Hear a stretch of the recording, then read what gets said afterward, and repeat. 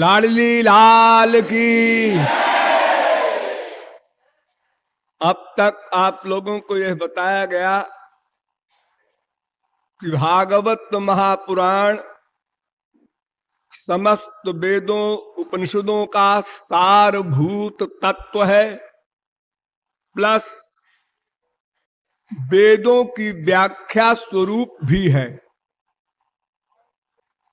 और मेरी व्यक्तिगत राय तो ये है कि भागवत भगवत स्वरूप है।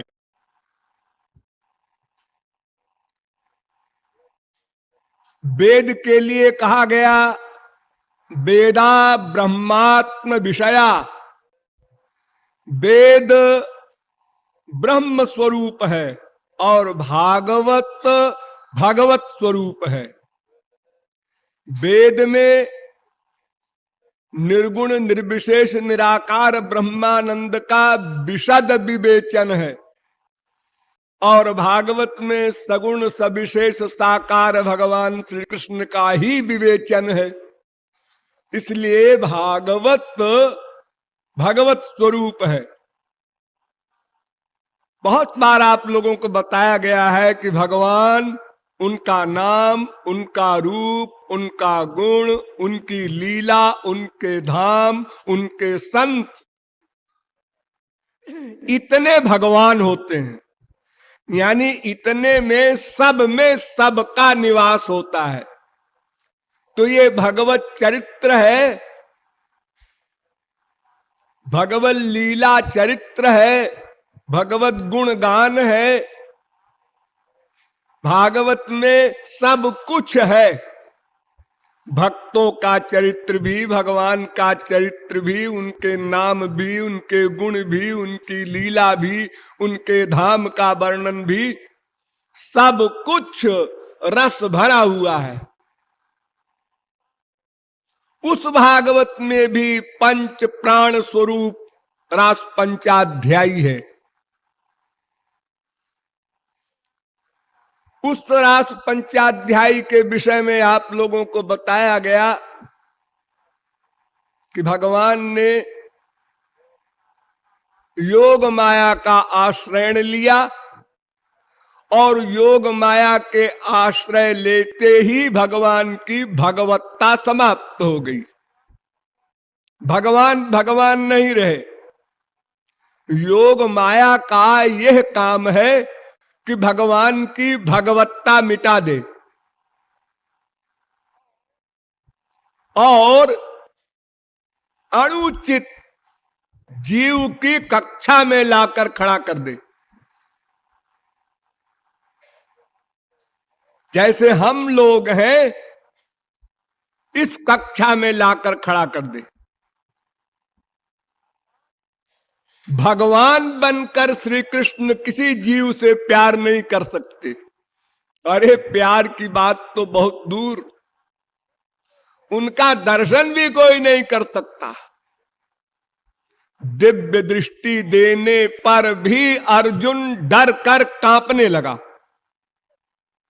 दिव्य दृष्टि देने पर भी, प्राकृत दृष्टि से तो देखने का प्रश्न ही नहीं। दिव्य दृष्टि दिया भगवान ने, अपनी पर्सनल पावर दिया, फिर भी अर्जुन कांपने लगा। भीत भीता प्रकंपा, और कहता है वेरी वेरी सॉरी, हमने जो आपकी भगवत्ता का स्वरूप देखना चाहा, ये मेरी बड़ी भूल थी। आप तो हमारे सखा रूप में आ जाइए, हमारे बराबर कक्षा में आ जाइए। भगवान ने कहा जैसी इच्छा, तूने कहा हमको भगवान का स्वरूप दिखाइए, हमने दिखा दिया। अब तू कहता है सखा बन जाओ, लो बन गए। तो योग माया भगवान की भगवत्ता भुलाती है और जीव का जीवत्व भुलाती है। दोनों तरफ काम करती है योग माया, एक तरफ काम करने से काम नहीं चलेगा। भगवान ने कहा है गीता में, ना हम प्रकाश सर्वस्य योग माया समावृता, मैं पर्दे में हूं, मेरे ऊपर पर्दा है। क्या पर्दा है? योग माया का पर्दा है। और जीव के ऊपर भी पर्दा है। अज्ञानेनावृतम ज्ञानम तेन मुह्यन्ति जन्तवः। जीव पर माया का पर्दा, भगवान पर योग माया का पर्दा। तो फिर मिलन कैसे हो? डबल मुसीबत है। तो वो योग माया अपना पर्दा हटावे प्लस जीव का पर्दा हटावे, दोनों बेपर्दा हो, तब जीव ब्रह्म का मिलन हो, तब रास हो। तो जो जो जीव अधिकारी थे, जिन्होंने भगवान की आज्ञा का पालन किया, अर्थात जिन्होंने भगवान के रास पाने की कामना की। देखो, एक एक शब्द पर ध्यान दो। कुछ लोग लापरवाही से सुनते हैं। देखो, हम बताते हैं श्रोता कितने प्रकार के होते हैं, सुनने वाले। एक प्रबर, एक अवर।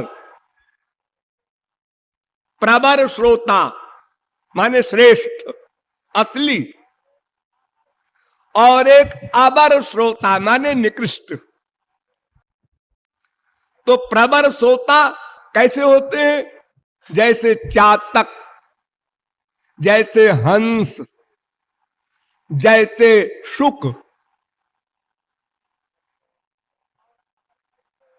और अबर कैसे होते हैं? जैसे वृक, जैसे वृष, जैसे उष्ट्र। क्या मतलब? मतलब चातक केवल स्वाति नक्षत्र का जल पीता है, इसके अतिरिक्त गंगा जल भी नहीं पीता।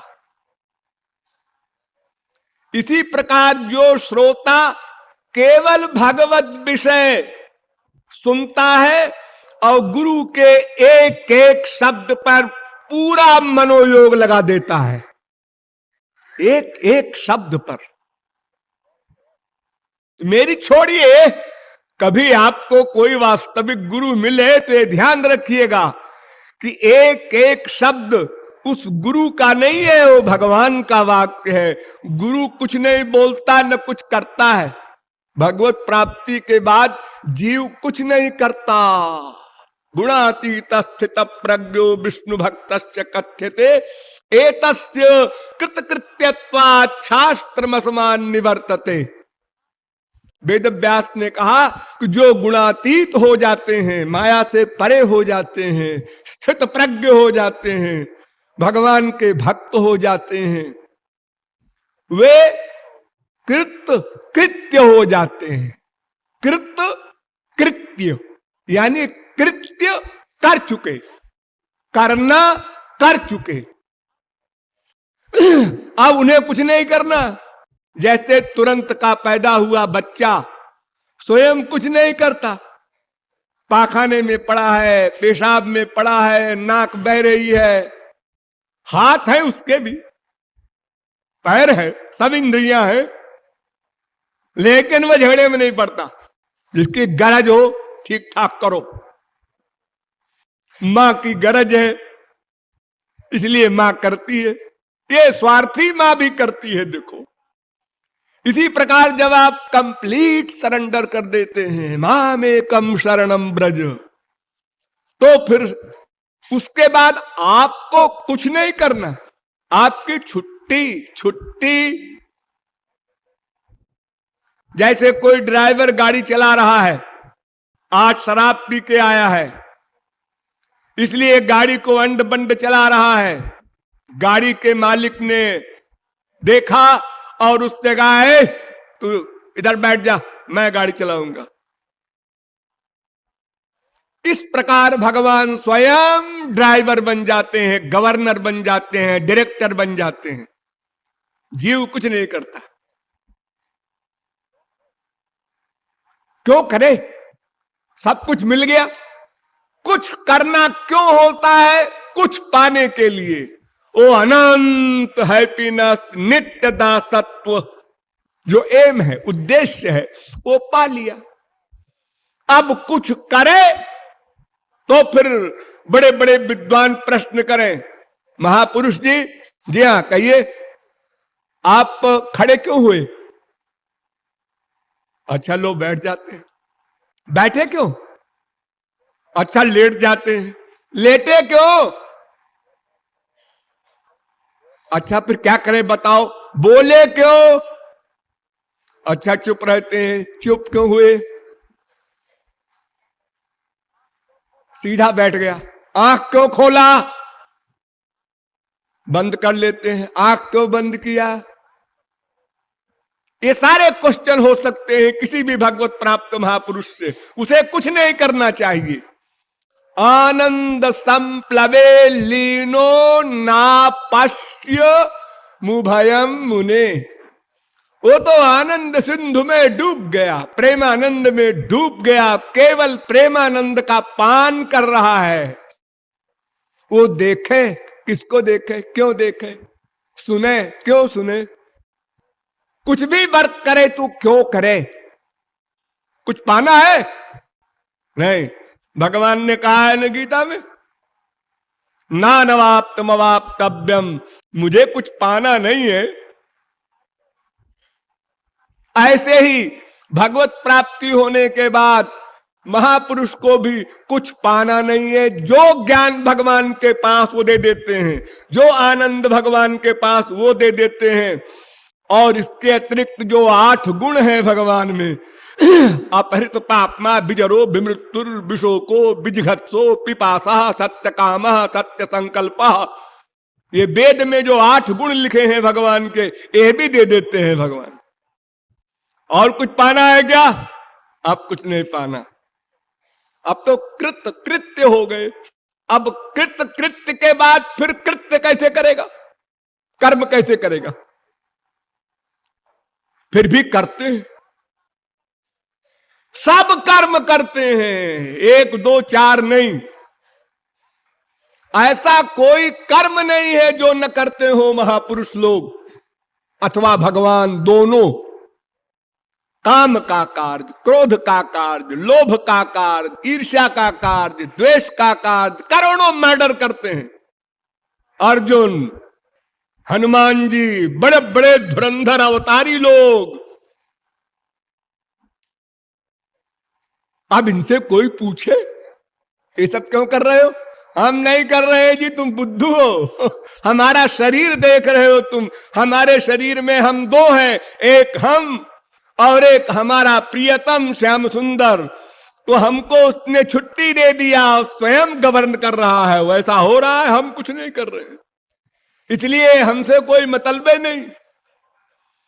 भगवान ने अपनी डायरी में लिखा ही नहीं कि अर्जुन ने किसी में द्वेष भी किया। मर्डर की कौन कहे? तो महापुरुष का कार्य भगवान का कार्य होता है। इसलिए जो चातक की तरह केवल भगवत विषय ही सुनता है, उसी में मन को एकाग्र किए रहता है, अन्य ग्राम्य कथाएं नहीं सुनता, वो चातक श्रोता है।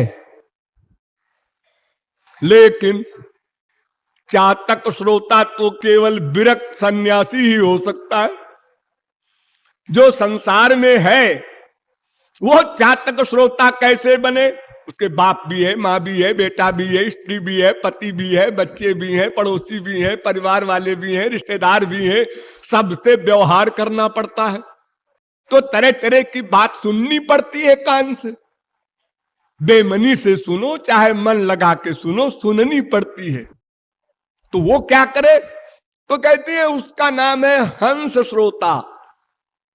नंबर 2 है ये हंस श्रोता, यानी जड़ चेतन गुण दोषमय विश्वकीन करतार संत हंस गुण गाहि पाय परिहरिवारि विकार। जैसे हंस दूध और पानी को मिला दीजिए तो दूध पी लेता है, पानी को छोड़ देता है। उसमें एक नेचुरल ईश्वरीय शक्ति है इस प्रकार की। ऐसे ही जो हंस श्रोता है वो तमाम बातें सुनता है, लेकिन सुनकर इस कान से सुना, इधर से निकाल दिया है, भोला है, बेचारे पे भगवत कृपा नहीं हुई इसलिए ऐसा बोल रहा है। फील नहीं करता, माइंड नहीं करता उसको। और जहां भगवत विषय आया वहां तल्लीन होकर सुनता, समझता, मनन करता, निध्यासन करता है। ये हंस श्रोता है नंबर 2। और नंबर 3 का श्रोता होता है शुक, तोता। तोता, तोते को जो कुछ पढ़ाओ बस वही बोलेगा, जरा भी प्लस नहीं करेगा अपनी ओर से, न माइनस करेगा। चाहे राम राम पढ़ा दो, चाहे गधा गधा पढ़ा दो, वही बोलेगा वो। ऐसे ही जो यहां प्रचारक हैं, ये जो सुन रहे हैं, इनको वही शब्द बोलना चाहिए जो मैं बोल रहा हूं। अगर अपनी टांग अड़ाया तो साहब उल्टा हो जाएगा और वो श्रोता गलत सिद्ध होंगे, अपराधी सिद्ध होंगे। जो प्रचारक परिश्रम नहीं करते और अपने शब्दों में बोलते हैं, वो करेक्ट नहीं बोल सकते। वो भले ही समझा करें हम ठीक बोल रहे हैं, अरे बेचारी पब्लिक क्या समझेगी बारीकी को। ये तो सरस्वती बृहस्पति भी नहीं समझते। तार वाक्य क्रिया मुद्रा विज्ञे न बुझाए। साधारण व्यक्ति क्या समझेगा? वो तो समझेगा हाँ बस ठीक है, चाहे गुड़ मिले चाहे रसगुल्ला मिले, मीठा है। एक साधारण आया घोर संसारी बाबा, उसने सुना दिया रामायण भागवत, बड़ा अच्छा बोले। और एक सिद्ध महापुरुष आया, सुखदेव परमहंस आ गए फिर से, उन्होंने सुनाया हाँ बड़ा अच्छा बोले। सब महात्मा अच्छा बोले, सब धाम 27 शेर उन मूर्खों के लिए और कोई नॉलेज है ही नहीं उनको, इसलिए वो सबको एक कक्षा में रख देते हैं। तो तोते की तरह श्रोता होना, ये 3 श्रोता अच्छे माने जाते हैं, इनको प्रवर श्रोता कहते हैं। अब अवर श्रोता सुनिए। भेड़िया, ब्रिक, ब्रिक माने भेड़िया। कीर्तन हो रहा है और एक साहब या एक मेम साहब आपस में बात कर रहे हैं, उधर कीर्तन भी हो रहा है और गुरुजी भी बैठे हैं, वो कुछ बोलते नहीं।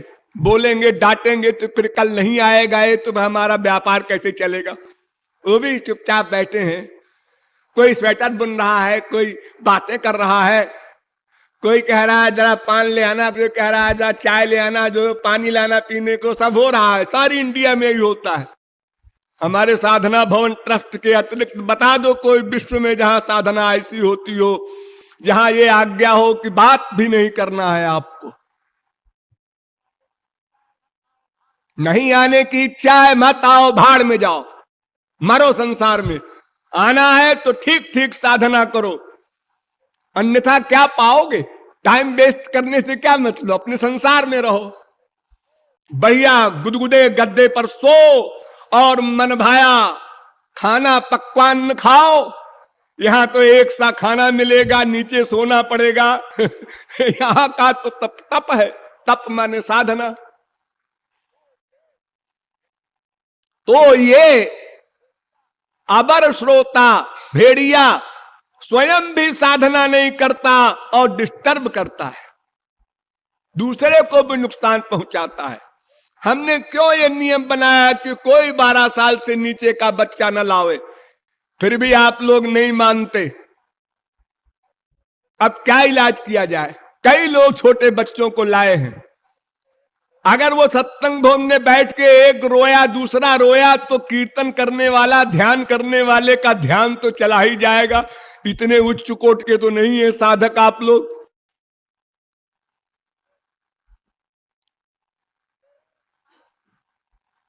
तो इस प्रकार जो अपना नुकसान तो करता ही है, दूसरे का भी करता है, वो वृक श्रोता। और एक होता है वृष। वृष माने बैल। बैल क्या करता है? उसको नीम की खली दे दो चाहे रसगुल्ला दे दो, दोनों ठाट से खाएगा। कोई भेदभाव नहीं उसके मस्तिष्क में कि ये मीठा है, ये नीम कड़वी होती है, उसकी खली दे रहे हैं हमको। रसगुल्ले में बड़ा आनंद आ रहा है, ऐसा कुछ नहीं, सब बराबर। ऐसे श्रोता बहुत हैं हमारे संसार में, और प्राय जितने आप लोग बैठे हैं सभी हैं। डोंट माइंड, हमारी बात समझने की चेष्टा कीजिए, फील न कीजिए। मुझे अधिकार है, अब जब आप लोगों ने मुझे गुरु की गद्दी पर बिठाया है तो मैं आप लोगों के दोष तो बताऊंगा। जितने बैठे हैं सबका वही हाल है। अर्थात भगवान का प्रसाद मिला, खाया, वही आनंद। बाजार से लाके रसगुल्ला किसी ने दिया, उसमें भी वही आनंद। लड़की विदा हुई, वहां भी दो आंसू। गुरुजी विदा हुए, वहां भी दो आंसू। जैसे मक्खी होती है ना, मक्खी, ये भगवान के सिर पर, मूर्ति पर भी बैठ जाए, फूल में भी बैठ जाए, पाखाने में भी बैठ जाए, सब जगह ऑलराउंडर। इस प्रकार का जिसका अंतःकरण है, संसार से भी प्यार, भगवान से भी प्यार, ये तात्पर्य। ये बैल है, ये वृक, वृष, वृष, वृषभ भी कहते हैं, वृष भी कहते हैं। और तीसरा है उष्ट्र,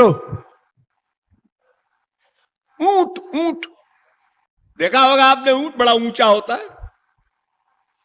वो केवल नीम की पत्ती ही खाता है, रसगुल्ला खा ही नहीं सकता। वो कड़वी चीज ही खाता है, यानी सत्संग से कोई मतलब नहीं। उसको जहां संसार का विषय मिले वही पसंद करता है।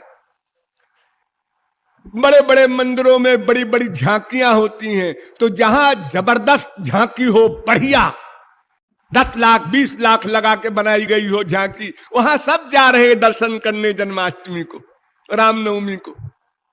क्यों? वहां के भगवान में क्या बात है? अजी वहां की सजावट क्या बात है। सजावट में शौक है आपको, सजावट देखने जाते हैं आप। ये बाहर के संसार में हमारा अनुराग है, ये प्रत्यक्ष प्रमाण। तो आप लोगों को चातक श्रोता बनने का ही उद्देश्य रखना है, ये हमारा भावार्थ।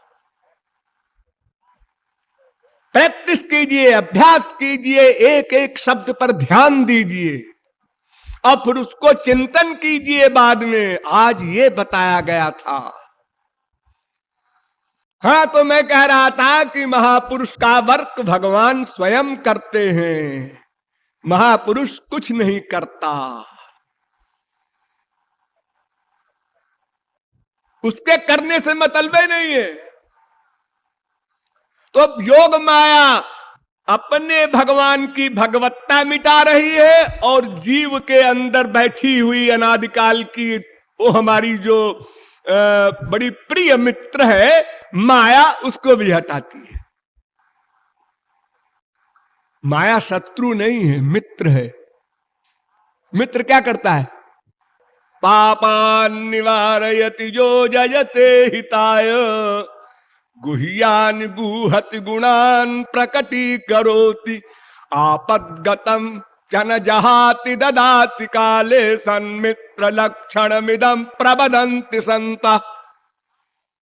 जो शासन करके सुधार करे अपने मित्र का, ये नहीं कि दोस्त गलत काम कर रहा है तो मित्र कह रहा है करे भाड़ में जाए, अपने आप भोगेगा, हमसे मतलब। फिर कहे कि तुम मित्र हो। उद्धव कोरा ज्ञान बघारते थे तो भगवान उनके मित्र थे। भगवान ने सोचा ये बेचारा ऐसे ही ज्ञानांधकार में हो, ज्ञान अहंकार में पड़ा हुआ है, तो बहाने से उन्होंने गोपियों से पास भेज करके और प्रेमानंद प्रदान कर दिया। ये मित्र का कर्तव्य है। तो माया क्या करती है? हमको दंड देती है। वो बाप, वो माँ, वो बेटा, वो बीबी, वो पति जो स्वार्थ के कारण प्यार करते हैं, स्वार्थ में थोड़ी कमी हुई, प्यार कम, स्वार्थ खत्म, प्यार खत्म, और जुत्तम लत्ता भी प्रारंभ हो गया। ये नंगा नाच संपूर्ण विश्व में चैलेंज है वेद का, नवारे सर्वस्य कामाय सर्वम प्रियम भवत्यात्मनस्तु कामाय सर्वम प्रियम भवत। जितनी प्रियता संसार में दिखाई पड़ रही है सब स्वार्थ के लिए है। संकल्प भी नहीं कर सकता कोई स्वार्थ के अतिरिक्त बना हुआ है। जब तक परमानंद न मिल जाएगा, ध्यान दो, जब भगवत प्राप्ति हो जाएगी, परमानंद मिल जाएगा, तब या तो वो कुछ ना करेगा और या तो दूसरे के लिए वर्क करेगा, क्योंकि अपने लिए तो कुछ करना शेष नहीं। वो स्वार्थ रहित वर्क है भगवान और महापुरुष का। देखो मक्खन होता है, इसको पकाओ तो आवाज करता है, क्योंकि उसमें गड़बड़ी है, मट्ठा मिला है, इसलिए वो आवाज करता है। जो जो पकता गया आवाज गंभीर होती गई और कम होती गई, पट पट पट पट पट पट पट, चुप, पक गया, अब नहीं बोलेगा घी। लेकिन जब कोई कच्ची पूड़ी, कच्ची रोटी डाली गई, जिसको आप लोग पूड़ी कहते हैं, तो फिर बोला, क्यों जी आप तो कह रहे थे विकृत कृत्य हो गया।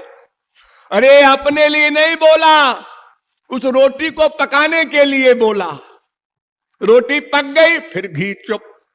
दूसरी रोटी आई, फिर बोला, रोटी पक गई, घी, चुप। यानी केवल भगवान और महापुरुष दो पर्सनैलिटी ऐसी हैं जो बिना स्वार्थ के दूसरे के लिए वर्क करती हैं। यूं कहो कि परोपकार के लिए ही वर्क कर सकती हैं, ऐसा बोलो। उनकी सामर्थ्य ही नहीं अपने लिए कुछ करें।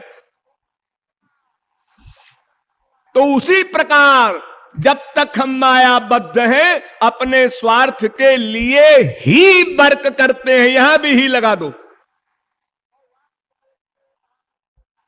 और वाक्य बोलते हैं महापुरुषों का, तुम्हारे लिए जान हाजिर है, जिगर हाजिर है, खोपड़ा हाजिर है। ऐसे बोला करते हैं संसार में, मां से, बाप से, बेटे से, बीवी से, पति से। सब धोखा। तो भगवान की भगवत्ता गई, जीव का जीवत्व गया। ये दोनों काम योग माया ने किया, और माया ने हमको झापड़ लगा लगा करके होश में लाने का प्रयत्न किया कि जिस बाप ने कल बहुत प्यार किया था आज झापड़ लगा रहा है, जिस बीबी ने कल बहुत प्यार किया था आज आंख दिखा रही है। सोचो ये क्या है, नाटक क्या है, सोचो। हम नहीं सोच पाते। मेरो मन हरिजू हठ न तजे, जो युवती। एक स्त्री को लड़का पैदा हुआ पहली बार, उसने इसके पहले कभी दुख भोगा नहीं था इस प्रकार का भयंकर। तो वो कहती है, हे भगवान क्यों मैंने ब्याह किया और क्यों ये दुख भोगना पड़ा। लेकिन भूल गई और फिर पति में आसक्त हो गई। एक कुत्ते को डंडा मारो, वो रोता चिल्लाता भागा, 10 कदम जाके पीछे गुस्से में देखता है मारने वाले को, वैराग्य हो गया उसको। और रोटी का टुकड़ा दिखाओ, फिर पूंछ हिलाता हुआ आ गया। ये हाल है हम लोगों का। और हम लोग कहते हैं अजी हम डबल MA है, PhD है, D.Litt है, बड़े काबिल है। अरे दिन में 10 बार तुमको जूते पड़ रहे हैं और होश नहीं आया कि ये संसार क्या है। अगर होश आ जाता तो महापुरुष को फिर तुम्हारे कल्याण में एक दिन न लगता। क्षिप्रम भवति धर्मात्मा।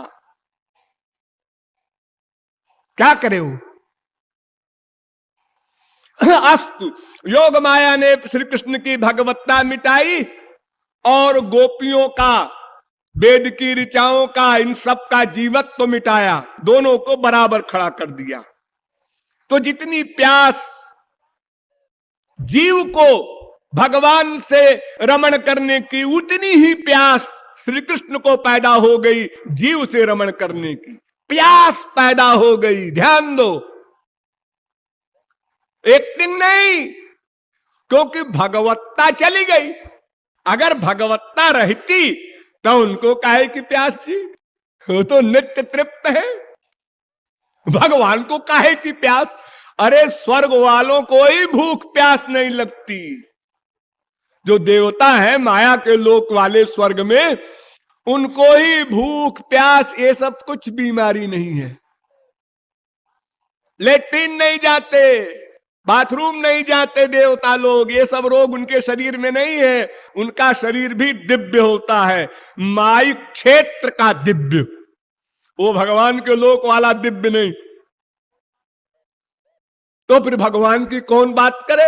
लेकिन वो भगवत्ता मिटा दिया योग माया ने, इसलिए भगवान भी प्यासे हो गए। प्यारी जू को रूप मानो, प्यास ही को रूप है।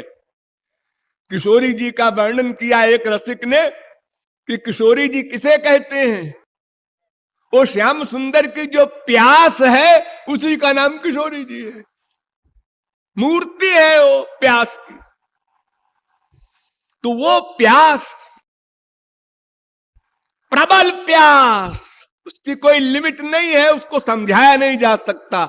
इतनी प्यास है गोपियों को, उतनी ही प्यास श्री कृष्ण को हुई और रास प्रारंभ हुआ और गोपियों को अहंकार हुआ और श्री कृष्ण अंतर्ध्यान हो गए किशोरी जी को लेकर। फिर किशोरी जी ने भी अहंकार की एक्टिंग की तो ठाकुर जी ने किशोरी जी को भी छोड़ दिया, अंतर्धान हो गए। फिर सब गोपियों ने मिलकर विलाप किया, प्रलाप किया, तो भगवान प्रकट हो गए। और प्रकट होने के बाद गोपियों ने 3 क्वेश्चन किए, भगवान ने समाधान किया। इसके बाद रास प्रारंभ हुआ। यहां तक आपको समझाया गया था। रास हुआ, क्या बलाय है रास, ये हम नहीं जानते। रास हुआ, इसके बाद जल विहार हुआ, इसके बाद वन विहार हुआ। ये 3 वस्तुएं हुई। ये सुनाते जा रहे हैं सुखदेव परमहंस परीक्षित को, ऐसे ऐसे रास हुआ, ऐसे ऐसे जल विहार हुआ, ऐसे ऐसे वन विहार हुआ। परीक्षित का माथा ठनका। फिर ये 13 है, एक बार समझा चुके हैं 7वें स्कंध में कि काम से, क्रोध से, लोभ से, मोह से, किसी भाव से भी शुद्ध पर्सनैलिटी में प्यार हो जाए तो शुद्ध फल मिलेगा, भाव कोई भी हो। फिर दोबारा रास के मध्य में प्रश्न किया, जब महारास में आने के लिए गोपियां भागी तब प्रश्न किया फिर परीक्षित ने कि जार बुद्धि से गोपियां गईं, उनको क्यों गोलोक मिला। फिर समझाया सुखदेव ने कि कामम क्रोधम भयम लोभम, कैसे ही भगवान की शरण में जाओ भगवत लाभ मिलेगा। अब ये 3री बार प्रश्न कर रहे हैं परीक्षित। देखो एक बात याद रखो, ये जो भागवत में लिखा है ना, इसको समझने के लिए भागवत चाहिए, माने भगवान की बुद्धि चाहिए। ये परीक्षित तो मां के पेट में ही महापुरुष हो गए, ये छोटी सी शंका उनको होगी भला, और वो भी 3 बार। लेकिन महापुरुष लोग जीव कल्याण के लिए जानबूझकर शंका की एक्टिंग करते हैं बार बार कि संसारी मनुष्य बार बार ये खोपड़ी में बीमारी पैदा करेगा श्री कृष्ण के लिए, इसलिए बार बार वो क्वेश्चन कर रहे हैं। क्या क्वेश्चन किया अब की बार? संस्थापनाय धर्मस्य प्रशमाय तरस्य च अवतीर्णो हि भगवान अंशेन जगदीश्वर स कथम धर्म से तू नाम भक्ता कर्ताभिरक्षिता प्रतीपमाचरत ब्रह्मन् परदाराभिमर्शनम आप्त कामो यदुपति, आप्त कामो यदुपति कृतवान वैजुगुप्सितम किम अभिप्राय एतम न संशयम छिंधि सुब्रत। इतना बड़ा प्रश्न है परीक्षित का। क्या छोटा सा प्रश्न है वैसे तो, ये लंबे चौड़े शब्दों में लिख दिया है कि भगवान का अवतार होता है धर्म संस्थापन के लिए, जी हाँ, अधर्म के नाश के लिए। जी हाँ, गीता में भी कहा है ना, यदा यदा हि धर्मस्य ग्लानिर्भवति भारत अभ्युत्थानम धर्मस्य तदात्मानं सृजाम्यहम् परित्राणाय साधूनां विनाशाय च दुष्कृतां धर्म संस्थापनार्थाय संभवामि जुगे जुगे। हर ग्रंथ कहता है जब जब होई धर्म की हानि। हाँ, तो फिर मैं ये जानना चाहता हूं महाराज कि वे धर्म के बनाने वाले कर्ता और धर्म का सही रूप बताने वाले वक्ता और धर्म की रक्षा करने वाले अवतार लेकर के, रक्षिता, कर्ता, वक्ता, अभिरक्षिता भगवान श्री कृष्ण है। अरे वेद उन्हीं की वाणी है। फिर उन्होंने ये अधर्म का कार्य क्यों किया? पराई स्त्रियों के साथ रमण। और फिर कोई और करता तब तो आश्चर्य न होता महाराज हमको। आप्त कामो यदुपति ही, वो तो पूर्ण काम आत्मरति, आत्मक्रीड, आत्माराम है। ये निंदनीय वर्ग क्यों किया? किम अभिप्राय?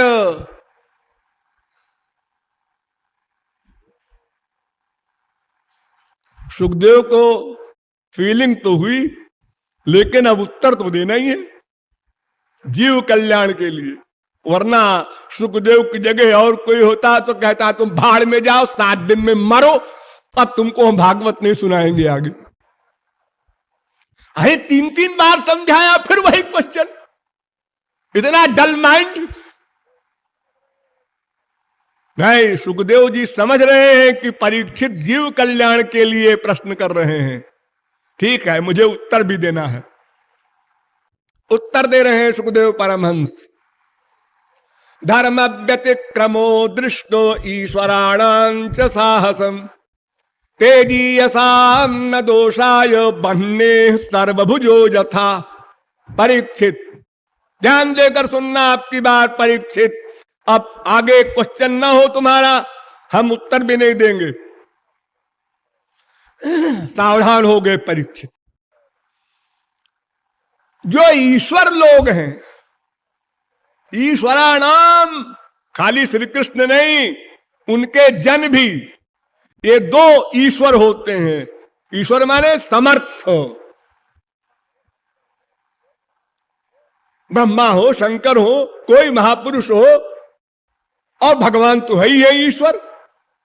जिनके पास योग माया की शक्ति आ गई है उसको कहते हैं ईश्वर।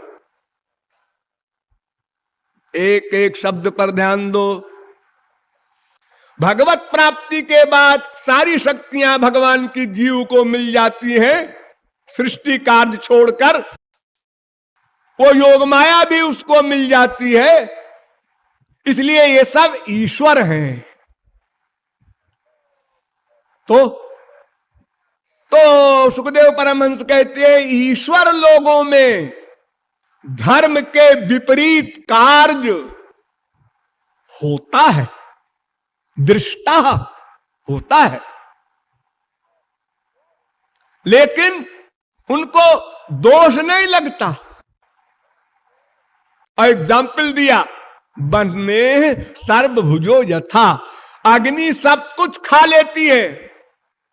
जूता डाल दो, चमड़ा डाल दो, गंदी चीज डाल दो, चंदन डाल दो, सांप को खा लेगी, और फिर भी अग्नि बनी है, वो अशुद्ध नहीं होती। सबको अपना रूप दे देती है, किसी का रूप स्वयं नहीं लेती। इस वाक्य पर ध्यान दो। लकड़ी गई, उसको भी आग बना दिया। लोहा गया, उसको भी आग बना दिया। कोई गंदी चीज आपने डाल दी, उसको भी उसने आग बना दिया, स्वयं तो आग है। तुलसीदास ने लिखा है कितना सुंदर, समर्थ कहा नहीं दोष गोसाई, रवि पावक सुर सरी की नाई। पावक, ये अग्नि की एग्जाम्पल दिया भागवत में, तुलसीदास ने 3 दिया। सूर्य पाखाने पर भी पड़ता है, खेत में भी पड़ता है, गंगा जी में भी पड़ता है, सब जगह किरणें पड़ती हैं उसकी, लेकिन सूर्य अशुद्ध नहीं होता, वो सब गंदगी खींच लेता है और स्वयं अपनी पर्सनैलिटी में रहता है। गंगा जी में हजारों गंदे नाले बह के जाते हैं, आप लोग जानते हैं, सैकड़ों छोटी छोटी नदियां जाके मिल जाती हैं, वो भी आप जानते हैं। यहां से 40 मील दूर प्रयागराज तीर्थ है, वहां यमुना जी मिली है आकर के, सरस्वती लुप्त है, और नाले तो हर शहर के मिल रही हैं। लेकिन बड़े बड़े विद्वान, बड़े बड़े कर्मकांडी पंडित धीमान आचमन करते हैं। क्यों? अरे गंदा नाला बह के आया है, अरे तो गंदे नाले का हम आचमन नहीं कर रहे हैं, वो गंगा जी में मिल गया, गंगा जी बन गया, गंगा जी ने उसको अपना स्वरूप दे दिया। तो सुखदेव परमहंस कहते हैं कि देखो, जैसे अग्नि सब कुछ खाकर भी शुद्ध रहती है, सबको अग्नि बना देती है, उसमें अशुद्धि नहीं आती, उसी प्रकार समर्थ लोगों में भी धर्म के विपरीत कार्य करने में भी उनको बंधन नहीं होता, माया उनको नहीं लग जाती, वे धर्म अधर्म से परे हो जाते हैं। उनको न पाप छू सकता है न पुण्य छू सकता है। क्यों? मैंने आपको अभी अभी बताया था कि उनके गवर्नर भगवान है, उनसे मतलब ही नहीं है, उन्होंने कुछ किया ही नहीं। लेकिन देखिए, तुरंत सावधान करते हैं सुखदेव परमहंस, नहीं तत्समाचरे जातु मनसा भिहनीश्वर। लेकिन जो समर्थ न हो, वो मन से भी इन समर्थों के आचरण के अनुकरण करने की प्लानिंग न करे। मन से, मनसापि। भगवान शंकर ने हालाहल पी लिया, जब समुद्र मंथन से विष निकला, बड़ा भयानक विष, बड़ी भयंकर ज्वाला उसकी, सब देवता भागे, राक्षस भी भागे, समुद्र मंथन छोड़ के भागे सब। भगवान आए, अरे क्या बात है भाई, क्यों भाग रहे हो सब लोग? अरे देखो देखो क्या निकला है समुद्र से। तो भगवान ने आंख बंद किया और शंकर जी को बुलाया। उन्होंने कहा भाई ये तुम्हारा काम है, पी लो, ये बेचारे सब भाग रहे हैं, समुद्र मंथन फिर आगे होगा ही नहीं, तो अमृत कहां से निकलेगा? पहले विष निकला। शंकर जी ने घटाक घटाक पी लिया और कंठ में धारण कर लिया, एक नाम बढ़ गया नीलकंठो, डिग्री मिल गई शंकर जी को। लेकिन हाल हाल तो छोड़ दो, अगर एक छटाक संख्या भी खा लेंगे आप लोग तो 0/100 हो जाएंगे। तो नकल नहीं करना है,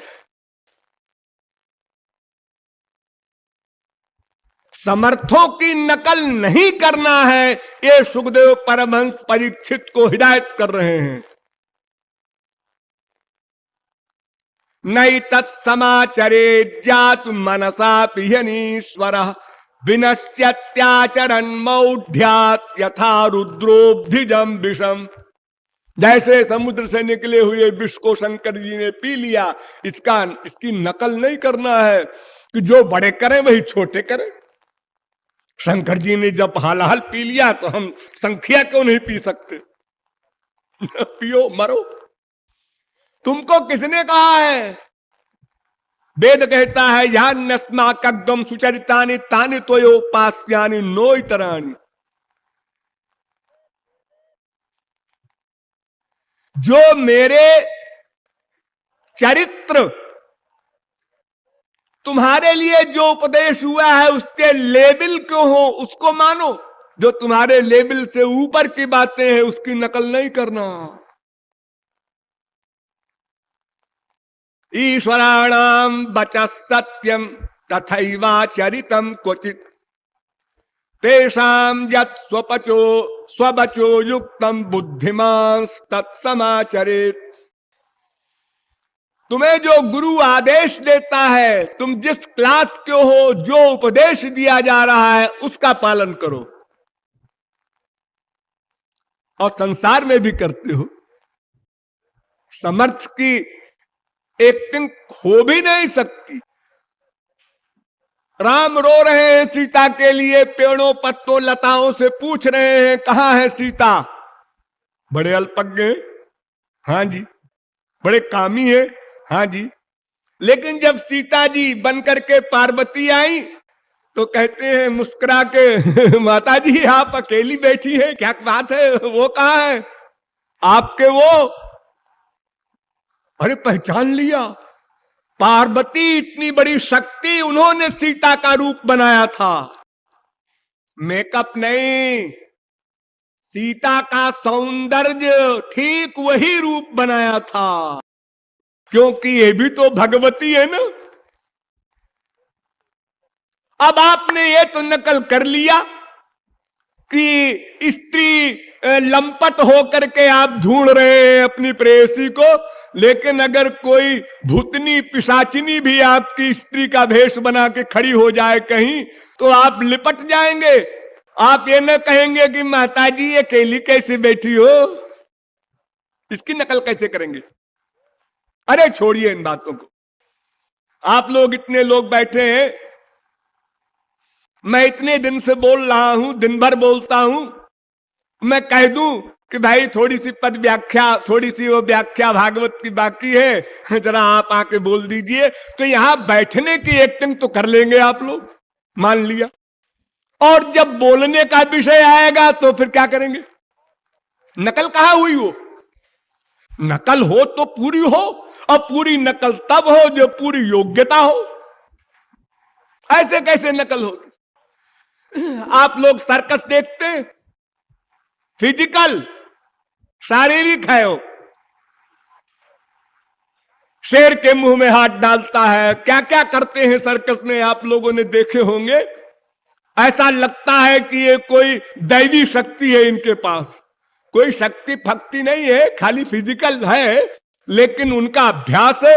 अगर आपने कहीं वो रिहर्सल घर में की तो खतरे में पड़ जाएंगे आप। कोई नहीं करता अपने घर में कि 100 फुट की ऊंचाई पर रस्सी बांधकर उसके ऊपर चले, ऐसा किसी ने नहीं किया। अगर किया है तो फुल मैड है, मरेगा।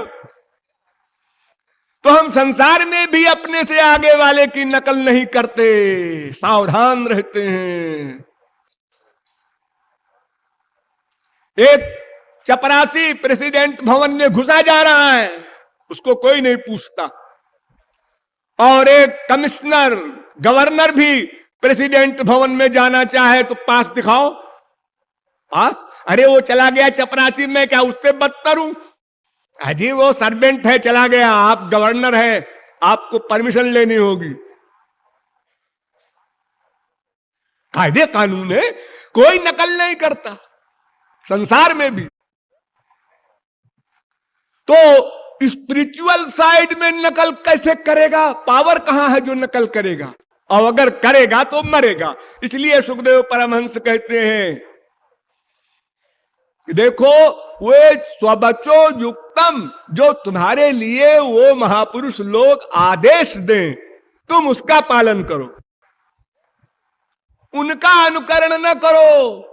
महाजनों ये न गतः पंथा, शास्त्र कहते हैं कि महापुरुष लोग जिस मार्ग से चल के महापुरुष बने हैं उस मार्ग का अनुकरण करो, वो जहां खड़े हैं उसका अनुकरण मत करो, मर जाओगे। और हम संसार में यही करते हैं।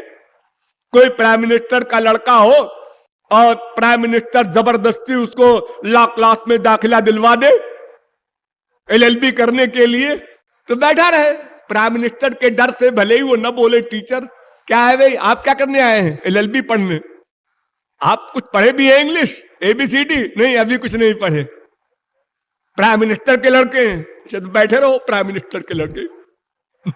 0/100 मिलेगा? 10 साल बैठे रहो, 20 साल बैठे रहो, जिंदगी भर बैठे रहो, LLB का एल भी नहीं मिलेगा तुमको। तो नकल संसार में भी नहीं होती, समझदार व्यक्ति नहीं करता, और भगवान और महापुरुष की नकल करने कोई जाएगा तो जा भी नहीं सकता, और अगर जाना चाहेगा तो उसका सर्वनाश निश्चित है।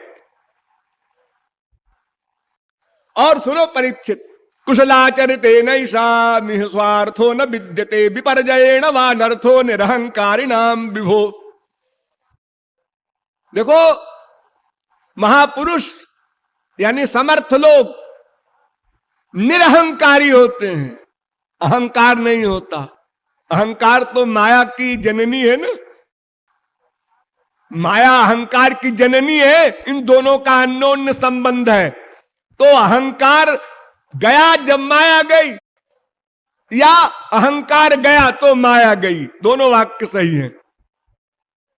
मैं और मोर तोर तय माया, ये हम लोगों ने अपने को शरीर जो माना, ये मैं गलत मैं आ गया, बस यही माया है। अब जब इस मैं के आगे और लगा दो, अस अभिमान जाई जन भोरे मैं सेवक, ये बढ़ गया मैं और आगे, रघुपति पति मोरे। अभी तुलसीदास ने कहा कि मेरा मैं और तेरा ये माया है, और मैं और मेरा के आगे और बढ़ा दिया। परमहंस ज्ञानी लोग मैं को मिटा देते हैं, और भक्त लोग बढ़ा देते हैं। जो कहते हैं मिटाना उठाना नहीं है, ध्वंसात्मक क्रिया नहीं करते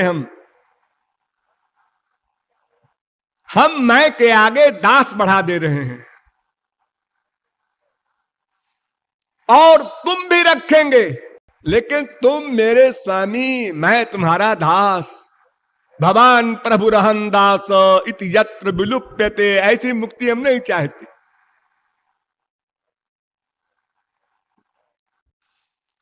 तो परीक्षित ये बताओ कि महापुरुष अच्छा काम करेगा या बुरा करेगा? अरे कोई भी हो, महापुरुष को छोड़ो, गधा भी होगा तो दो ही काम तो करेगा, या अच्छा या बुरा। हाँ, तो अच्छा काम महापुरुष करे क्यों? उत्तर दो, क्यों करे? उसे कुछ पाना है? उसके अहंकार है? कोई उद्देश्य बाकी है उसका? वो तो कुछ नहीं, फिर क्यों अच्छा काम करे? और अगर करे भी तो फल नहीं मिलेगा। हत्वा विषयमान लोकान नहंति न निबध्यते। देखो, इतने मर्डर कर रहा है अर्जुन, लेकिन सबको मार करके भी न मारने वाला माना जाएगा और न पाप लगेगा, न कर्म बंधन होगा, कुछ नहीं होगा। क्योंकि यस्य नाहंकृतो भावः, उसमें अहंकार नहीं, वो स्वयं करता ही नहीं है। जैसे आप लोग मजाक करते हैं अपने साले से, जीजा से, जैसे होली में अप्रैल फूल मनाया जाता है, अनेक प्रकार के परिहास होते हैं, ऐसे ही है उनका। कोई 0 में गुणा करो 0 तो 0, 0 में गुणा करो लाख से तो 0, 0 में गुणा करो करोड़ से तो 0। तो जैसे शुभ कर्म से उनका कोई प्रयोजन नहीं, ऐसे ही विपर्जयेण वा नर्थो निरहंकारिणाम, वो निरहंकारी हैं, इसलिए वो विपर्जय धर्म विरुद्ध भी कर्म करते हैं तो भी उनको फल नहीं मिलता। न धर्म का फल मिलता है, न अधर्म का फल मिलता है। अरे परीक्षित, तुम भगवान के बारे में डाउट कर रहे हो? सुनो कान खोल के आखिरी बात। यत्पाद पंकज पराग निषेव तृप्ता योग प्रभाव विधुताखिल कर्म बंधा स्वैरम चरंति मुनयोपि नहि यमाना तस्येच्छयात् बपुषः कुत एव बंधा। अरे परीक्षित, जो श्री कृष्ण के भक्त हो गए शरणागत होकर के, वे ही कर्म बंधन से छुट्टी पा लिए, वो भगवान के हो गए। देखो, आप लोगों ने अनुभव तो न किया होगा लेकिन सुना होगा एक बात कि अगर कोई बिजली के तार को पकड़ ले तो वो बिजली उसको पकड़ लेती है। उस पकड़ने वाले को कोई पकड़ ले तो उसको भी पकड़ लेती है बिजली। जितने लोग पकड़ते जाएंगे उस एक दूसरे को, सबको बिजली पकड़ लेगी। तो इसी प्रकार भगवान को पकड़ा है महापुरुष ने, अब जो महापुरुष को पकड़ेगा वो भी गया। इसीलिए हमारे यहां केवल गुरु भक्ति का सिद्धांत भी है, या तो भगवान प्लस गुरु दोनों को बराबर मानकर भक्ति करो, या तो केवल गुरु की भक्ति करो। केवल भगवान की भक्ति नहीं हो सकती। तो जो भगवान को प्राप्त कर चुके वो भगवान की तरह पाप पुण्य से परे हो गए। अन्यत्र धर्माद अन्यत्रा धर्माद अन्यत्रास्मात् कृता कृतात् वेद कहता है।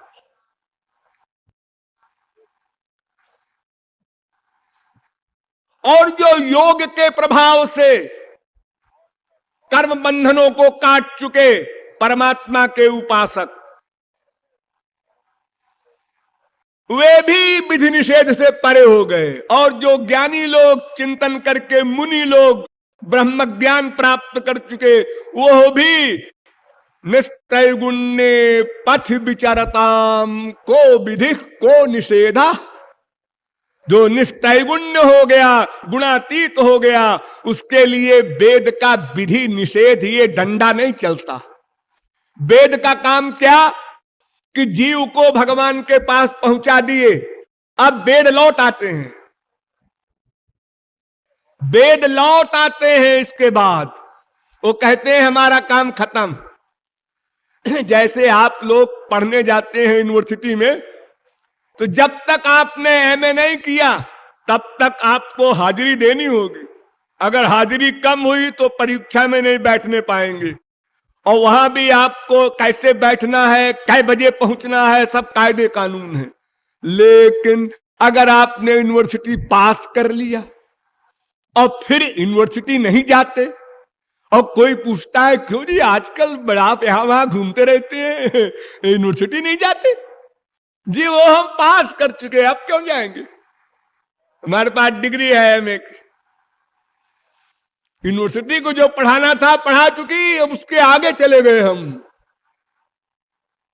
उसी प्रकार शास्त्र वेद का काम है जीव को भगवान के पास पहुंचा देना। पहुंचा के वो लौट आते हैं, फिर उनका कायदा कानून उनके ऊपर लागू नहीं होता। तो ज्ञानी, योगी, भक्त जब ये तीन ही स्वैरम चरंती सस्वराट भवति, वेद कहता है, स्वेच्छाचारी होते हैं। इनके लिए न कोई कायदा है, न कानून है, न कोई शास्त्र वेद का डंडा है। ब्रह्मविद श्रुति मूर्धनी, भगवान को प्राप्त कर लेने के बाद वेद के मस्तक पर पैर रखकर चलता है वो ज्ञानी, वो भक्त, वो योगी। जिस वेद को नमस्कार करके उसने ज्ञान प्राप्त किया, उसी वेद के मस्तक पर पैर रखकर चलता है। अरे जब भगवान तक का बुरा हाल है, अनुब्रजाम में हम नित्यम पूजे ये तंघ्रेणु भी, भगवान कहते हैं मैं भक्त के पीछे पीछे चलता हूं। क्यों? उसकी चरण धूल मेरे ऊपर पड़े, मैं पवित्र हो जाऊं। क्योंकि अनंत जीवों का पाप ले ले करके मैंने अपने अंदर रखा है, तो अपने भक्तों की चरण धूल से मैं भी शुद्ध हो जाता हूं। तो अर्जुन, जब ये महापुरुषों का हाल है तो तुम भगवान के बारे में शंका कर रहे हो? अरे गोपीनाम तत्पतीनां च सर्वेषामेव देहिनाम योऽन्तश्चरति सोऽध्यक्ष क्रीडने नेह देह भाग। अरे वो गोपियों के पति भी है और गोपियों के पति भी हैं। सर्वेषामेव देहिनाम, और सब में व्याप्त भी हैं। वहां शंका करते हो तुम। परीक्षित ने कहा महाराज गलती हो गई। तुम बार बार कहते हो गलती हो गई, फिर शंका करते हो। तो सुखदेव परमहंस का मूड ऑफ हो गया। उन्होंने कहा हाँ सुनो परीक्षित, इस प्रकार ब्रह्मरात्र उपावृत्ते, एक ब्रह्मरात तक इस प्रकार रास हुआ। उसके बाद भगवान ने कहा तुम लोग घर जाओ। तो बेमनी से भगवान की प्रसन्नता के लिए गोपियां अपने अपने घर चली गईं। खत्म, समाप्त हो गई रास। प्रकरण खत्म कर दिया सुखदेव परमहंस ने कि ये राजा है और इस प्रकार की डाउट खोपड़ी में भरता है, इसको रास सुनाने काबिल नहीं है। वही काट दिया लाइन।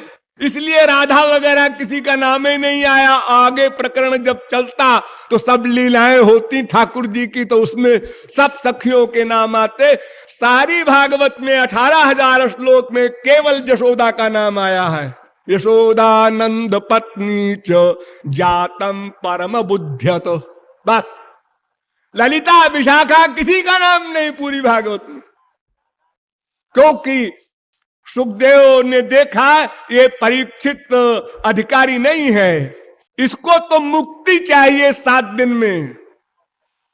तो मुक्ति के लिए जितना आवश्यक है उतना सुना देते हैं भागवत, बाकी को छुपा लिया उन्होंने। इस प्रकार रास प्रकरण 33वां अध्याय समाप्त हो गया। सब गोपियां अपने अपने घर को चली गईं। अब आप लोग भी अपना अपना संकीर्तन कीजिए। बोलिए वृंदावन बिहारी लाल की।